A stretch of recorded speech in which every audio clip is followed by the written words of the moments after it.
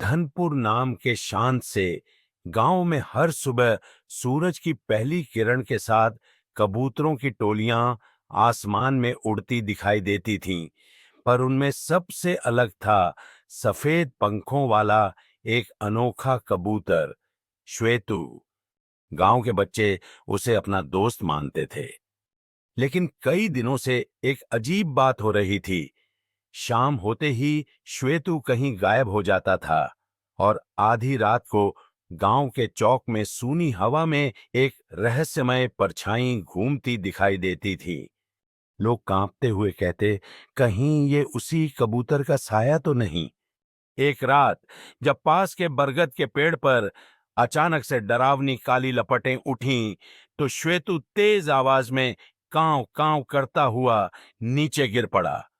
बच्चे उसे उठाकर घर ले आए, लेकिन उसके पंखों पर अजीब से नीले निशान उभर आए थे, जैसे किसी जादुई शक्ति का असर हो।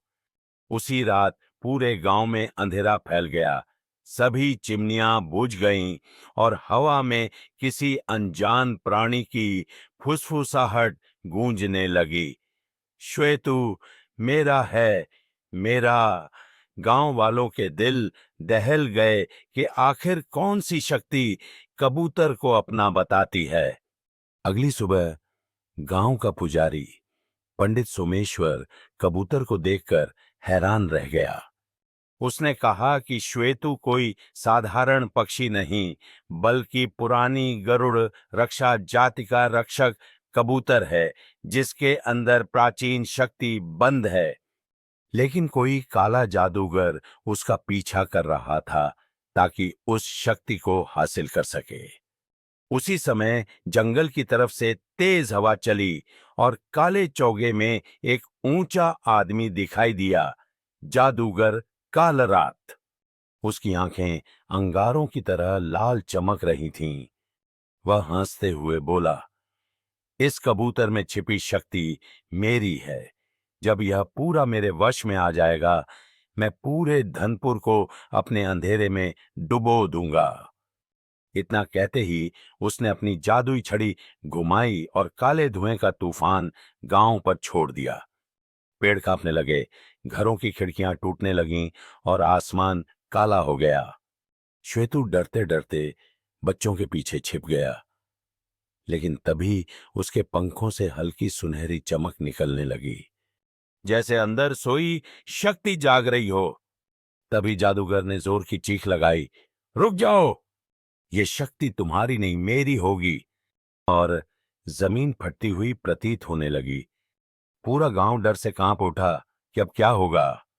गांव वाले मंदिर में इकट्ठा होकर मां दुर्गा का नाम ले रहे थे। पंडित सोमेश्वर ने एक मंत्र पढ़ा, जिससे मंदिर की घंटी अपने आप बजने लगी और श्वेतु के पंख अचानक सुनहरे से अग्नि जैसे लाल चमकने लगे। बच्चे उसे लेकर मंदिर के सामने खड़े हुए। तभी जादूगर काल रात वहां आ धमका और आकाश में काली बिजली कौंधने लगी। उसने अंतिम बार जोरदार हमला किया, लेकिन जैसे ही उसकी काली शक्ति श्वेतु को लगी, कबूतर के पूरे शरीर से तेज प्रकाश फूट पड़ा। चमक इतनी तेज थी कि जादूगर की आंखें जलने लगीं और वह पीछे हटकर जमीन पर गिर पड़ा।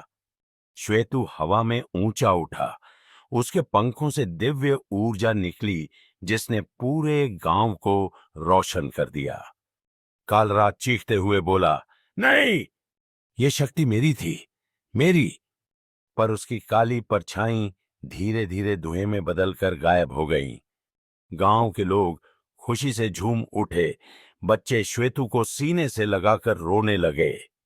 अब श्वेतु पहले से भी ज्यादा शक्तिशाली था और धनपुर का रक्षक बन चुका था। हर सुबह वह आसमान में उड़ता और गांव को अपनी सुनहरी रोशनी से सुरक्षित रखता था। लोगों का कहना था कि जब भी गांव पर कोई खतरा आएगा, श्वेतु फिर लौट आएगा, अपने गांव के लिए, अपने बच्चों के लिए